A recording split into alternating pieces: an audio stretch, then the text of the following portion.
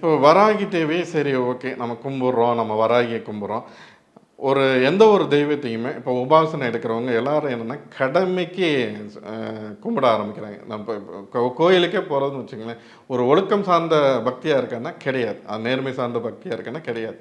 யார் ஒருத்தர் இப்போ நம்ம சொன்னோம் இல்லையா, வீட்டில் இந்த மாதிரி வழிபாடு பண்ண ஆரம்பிங்கன்ட்டு.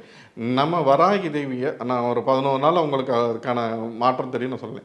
கரெக்டாக ஆத்மார்த்தமாக அவங்ககிட்ட சரணகதி ஆகிட்டிங்கன்னா உங்களுக்கு அந்த அம்மா நான் கூட இருக்கேன் அப்படிங்கிறது பல பேருக்கு என்னவாக இருக்கும்னா, இரவு அதாவது 3ஆவது நாளோ 5ஆவது நாளோ 11ஆவது நாளோ என்னென்னா இரவு தூக்கத்தில் கண்டிப்பாக பன்றி உருவம் கண்டிப்பாக காட்டு பன்றியானது தன்னை தாக்குற மாதிரியோ இல்லை தனக்கு காட்சி தர மாதிரியோ கண்டிப்பாக உங்கள் கனவுல வந்துடும். அதை நம்ம எந்த அளவுக்கு ஆத்மார்த்தமாக அவங்கள நம்ம கும்பிட ஆரம்பிக்கிறோமோ அது அளவுக்கு நமக்கான அந்த அவங்களோட காட்சிங்கிறது ஈஸியாக கிடைக்கும். இது போக வேறு என்ன மாதிரியான இருக்கும் அப்படின்னு பார்த்தாக்கா, உங்கள் பூஜை அறையிலேயே நீங்கள் போய் உட்காரும் போது உங்களுக்கு ஆட்டோமேட்டிக்காக அந்த தீபமானது உங்கள்கிட்ட பேச ஆரம்பிங்க. நீங்கள் இப்போ பூஜை பண்ணுறோம், நீங்கள் பூஜை பண்ணும்போது நீங்கள் தீபத்தை பற்றி பேச ஆரம்பிங்க. தீபத்தை பார்த்து நீங்கள் நம்மளோட மந்திரம் நீங்கள் சொல்ல ஆரம்பிச்சினாவே ஆட்டோமேட்டிக்காக அந்த தீபமானதே உங்ககிட்ட பேச ஆரம்பிக்கும்.